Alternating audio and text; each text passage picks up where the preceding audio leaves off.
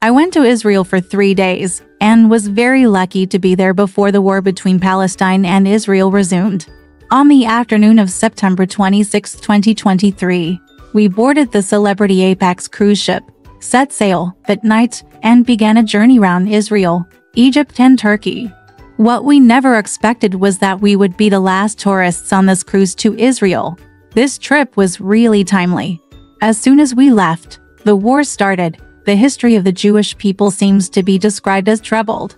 Our cruise ship is new, and it is larger and more luxurious than the last cruise ship we took in Hawaii. The most important thing is that the balcony can be closed, and the room looks much more spacious and quieter. In addition, the Mediterranean Sea is calm and the waves are calm, so I didn't feel like I was living on a boat during the whole trip. One of the gains from this trip is that I have a preliminary understanding of the geography, history, and culture of Israel.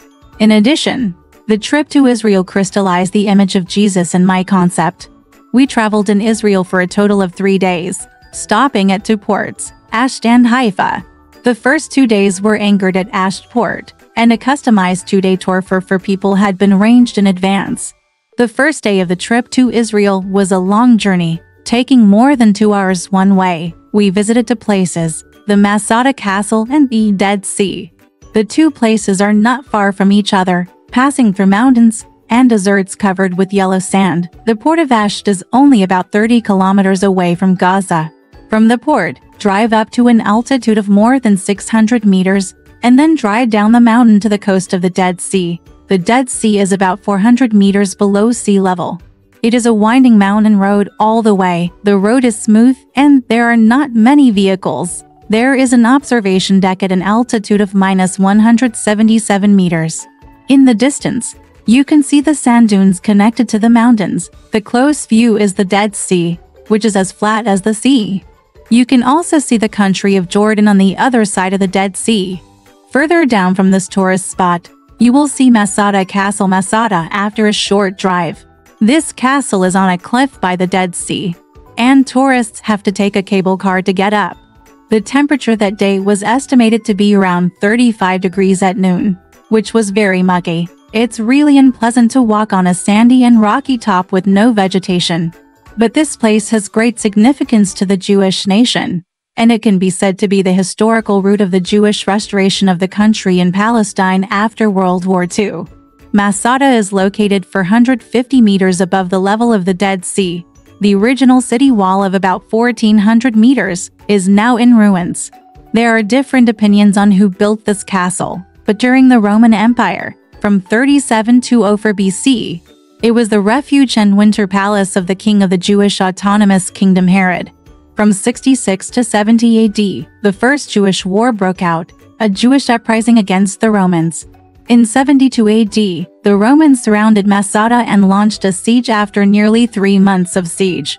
The Jews in the castle reached an agreement at the desperate moment. They would rather die as free people than submit to Roman slavery.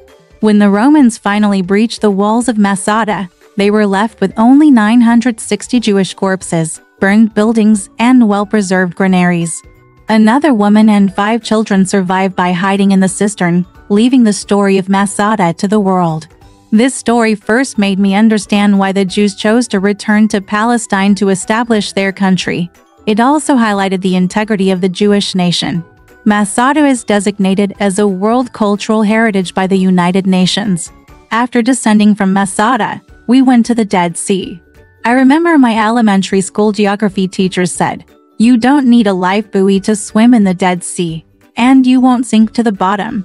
You can just lie on it." So I have always longed to go to the Dead Sea and experience the feeling of lying down. This time the opportunity finally came, but unexpectedly, the tour guide said it was best not to lie down or get your hair wet.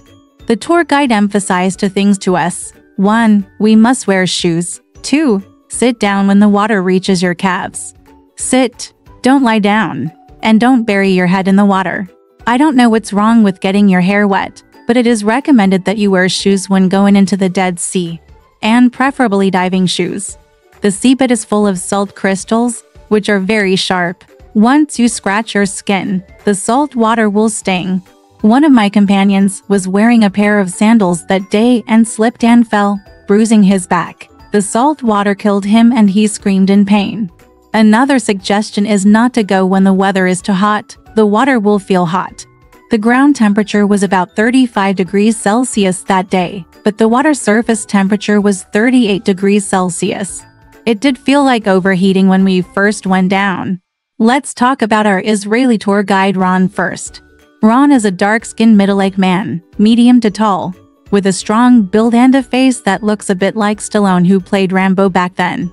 He has messy gray hair, his English is very good, and his professional knowledge is very rich. He is an Orthodox Jew who speaks with passion for his country, his faith, and the places we visit. We traveled together for 2 days, and during our conversation I remembered that he said he lived not far from Gaza. After returning to Australia, the war in Palestine intensified, and several of us were very worried about the only Israeli we had contact with. I sent him a text message a few days ago and received a text message from Ron in the middle of the night saying, "It's truly a nightmare." I said I was sleeping in my brother's kibbutz, not far from the port, on the border with Gaza. The villagers successfully stopped the terrorists who tried to come in. I now want to thank God that my son and his girlfriend were able to escape from that music festival of death. Who knows what kind of mental shock they suffered this time. Israel will be strong. At the same time, know that Ron is still safe for now. Our group was lucky enough to miss the war. But will the Israelis and Palestinians living there experience another Masada tragedy after 2000? War is always cruel, and it is more terrible than the epidemic. I hope the situation can be eased and stabilized as soon as possible. It is said that Jerusalem is a place visited by God. On our second day in Israel, September 28, 2023, we followed our tour guide Ron and went to Old City Jerusalem and Bethlehem to witness Jesus. Israel now has a population of nearly 10 million, and Jerusalem is Israel's largest city, with a population of about 1 million. Since Solomon built the first temple in the 10th century BC, it has been the holiest city in Judaism. Later, Christianity and Islam also regarded it as a holy place. Today's Jerusalem brings together people from different cultures, religions, nationalities, and even different social classes. Although the name of Jerusalem connotes peace, religious and ethnic disputes have never stopped in history. Modern Israel has experienced 5 wars, and now this 6th one is taking place. We also drove nearly 2 hours to get to Jerusalem that day. The tour guide first waited in the car at an observation deck just outside the city, from where we could have a bird's-eye view of the city of Jerusalem. In fact, we have not visited many local attractions. Generally, it takes at least 2 days to visit Jerusalem. In fact, we only had half a day. It was difficult to visit only the Old City of Jerusalem. Here I will focus on the Old City. The Old City of Jerusalem is located in East Jerusalem. It was developed during the Ottoman Empire in the mid-16th century. It covers an area of more than 900 square meters and is surrounded by city walls. Jerusalem's attractions are concentrated in the Old City and the surrounding small area. The Mount of Olives, Mount Zion, and the City of David are outside the Old City, but also close to the city gates. There are 8 gates in the Old City of Jerusalem. The Lion Gate in the east goes to the Mount of Olives, the Dung House Gate in the southeast goes to the City of David, and the Zion Gate in the southwest goes to Mount Zion. Among the 8 gates, Damascus Gate and Dungchang Gate are the busiest. Entering the Old City from the Damascus Gate, you will see a dazzling array of Muslim stalls on both sides. The Dungchang Gate is the closest gate to the Temple Mount at the Wailing Wall and is also the main stop at the bus station. The entrance to the Temple Mount that I followed Google Maps at the beginning is not allowed to enter. Only Muslims can enter from here. Other non-Muslims who want to visit the Temple Mount must enter through the Dung Factory Gate and queue up, and then cross a bridge to see the Golden Dome. Among these mountains, the Mount of Olives is the highest, and climbing up and down is difficult. The other 2 mountains are actually slopes. If you want to save some effort, you can take a taxi to the Mount of Olives directly to the Chapel of the Ascension at the top of the mountain, and then go down the slope to the Church of the Paternoster. Dominus Flevit, Church of Mary Magdalene, and the Church of All Nations. The Chapel of the Ascension is said to be the place where Jesus ascended to heaven. It is a small place. When you go in, you will see a stone inside that is said to be the footprint of Jesus' right foot left when he ascended to heaven. It costs 10 shekel $3 to enter.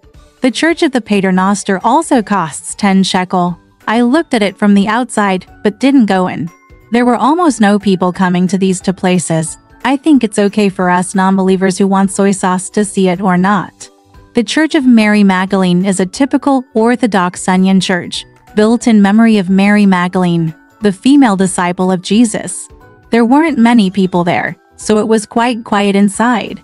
The church is surrounded by walls, and you have to enter through an inconspicuous iron gate, which is easy to miss. We searched for a long time before we found the entrance. We looked closer and closer to Onion Head, but we couldn't find the entrance. We asked several times before we finally found it. It says it closes at 12 o'clock, but the nun actually closed the door 15 minutes earlier. If you want to go, pay attention to the time. The Church of All Nations and the Garden of Gethsemane are where believers come in large numbers. They are actually in the same place.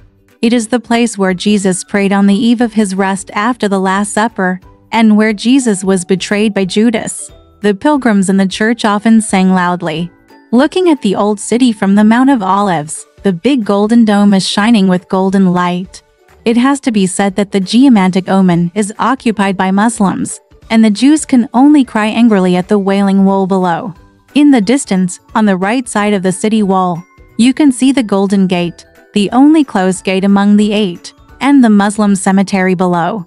Nearby, you can see the largest Jewish cemetery in the world. The Jewish cemetery dates back to the First Temple period under Solomon in the 10th century BC. The Golden Gate is in the center of the east side of the Temple Mount. Jewish tradition believes that their Savior, the Messiah, will enter Jerusalem through this gate. The Jews who are buried in this place hope that when the Messiah comes, they will be the first to be buried. The saved people can overlook the Temple Mount from here.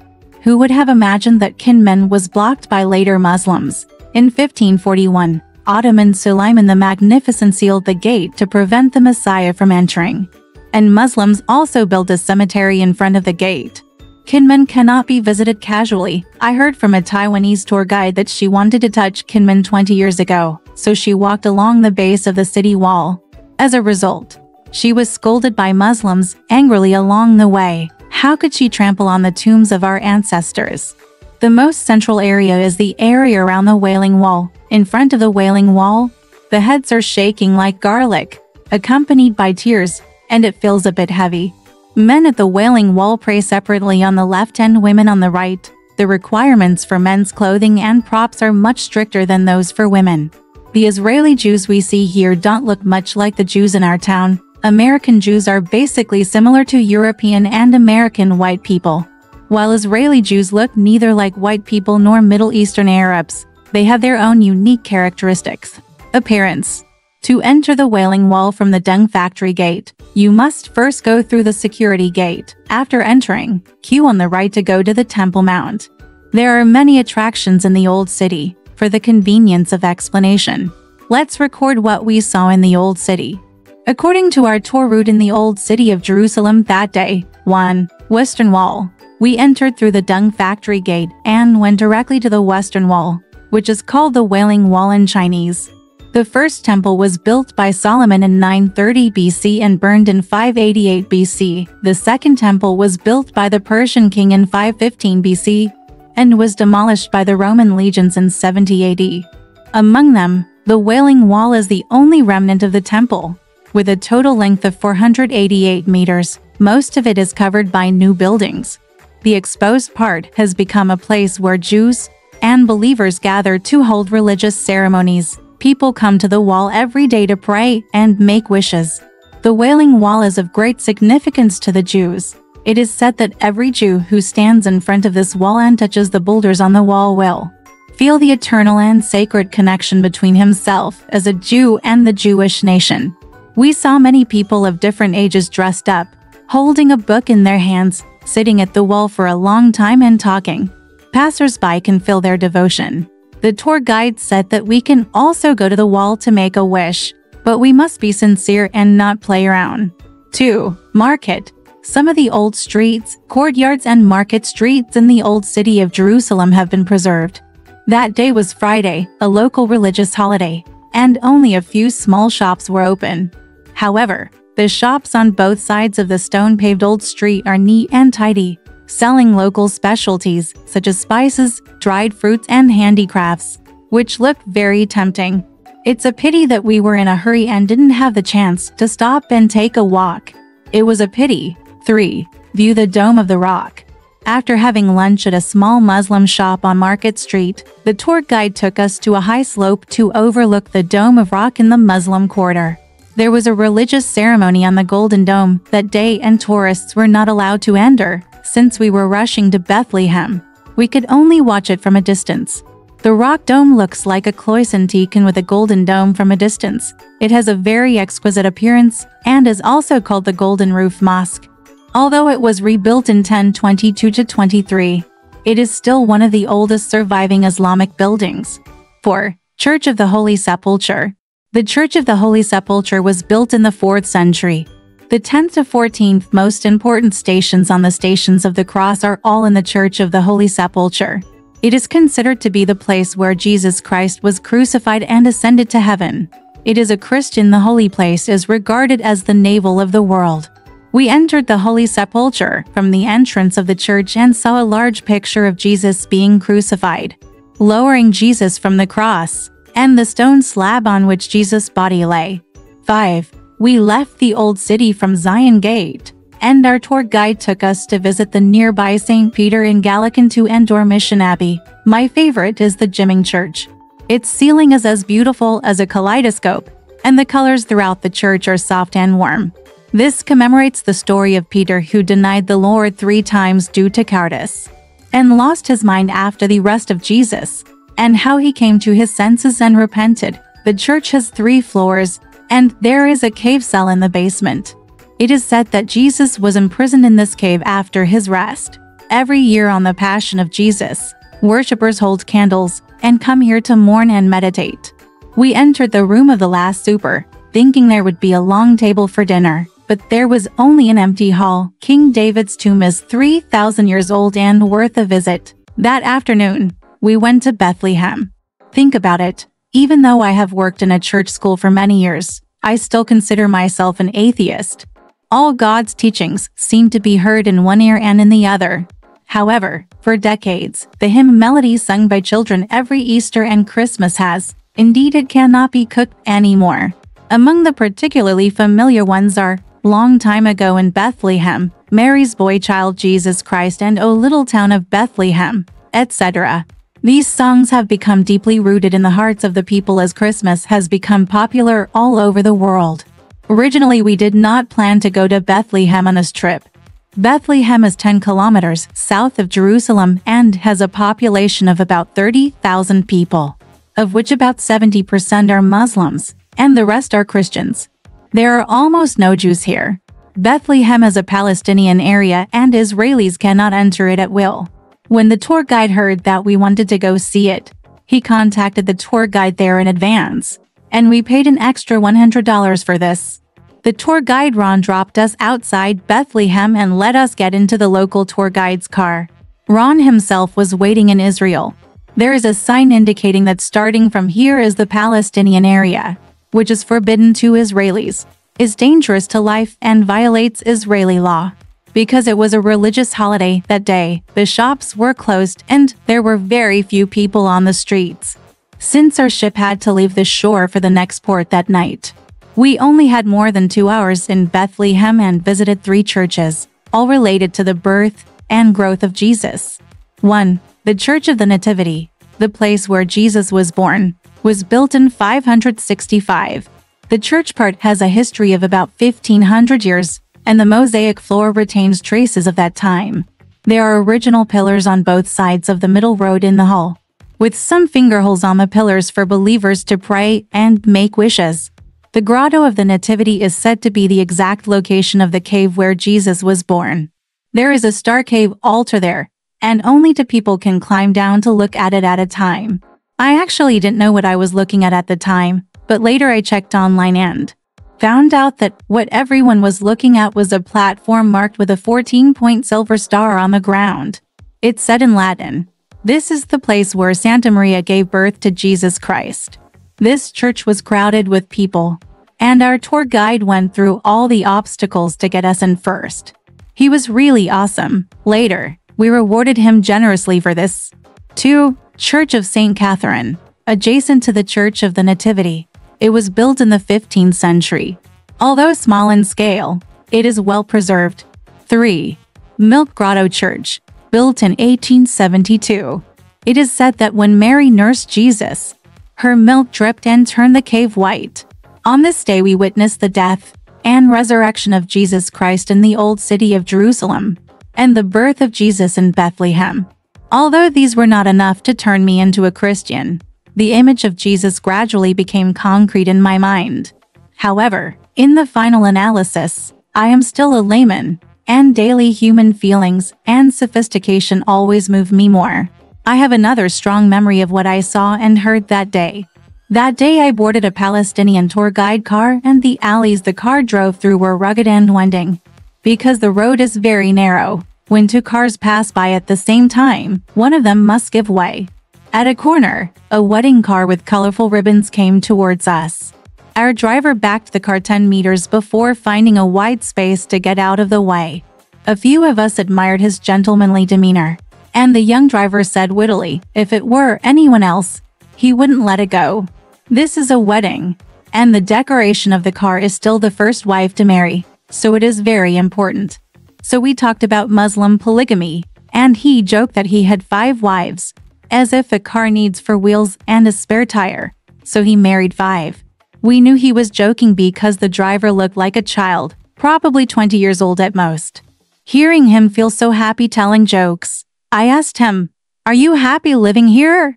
His answer always stuck in my mind. If people want to be happy, they can be happy wherever they live. The driver and our tour guide are both Arabs. The driver is a Muslim, the tour guide is a Christian, and the Israeli tour guide Ron is an Orthodox Jew. They all get along very well and cooperate very well. They were all happy at that time. But now, in a suddenly war-torn Israel, will they still be happy? On the 3rd day in Israel, that is, September 29, 2023, our cruise ship arrived at the port of Haifa in the early morning and stayed for 1 day. Today we traveled to the Sea of Galilee area with the cruise company's bus. If the theme of visiting the old city of Jerusalem is the crucifixion and resurrection of Jesus, Bethlehem is the birthplace of Jesus, and Haifa is the place where Jesus grew up under the upbringing of Mary and Joseph and taught his early teachings. This is our itinerary for a day trip to Haifa. 1. Basilica of the Annunciation in Nazareth.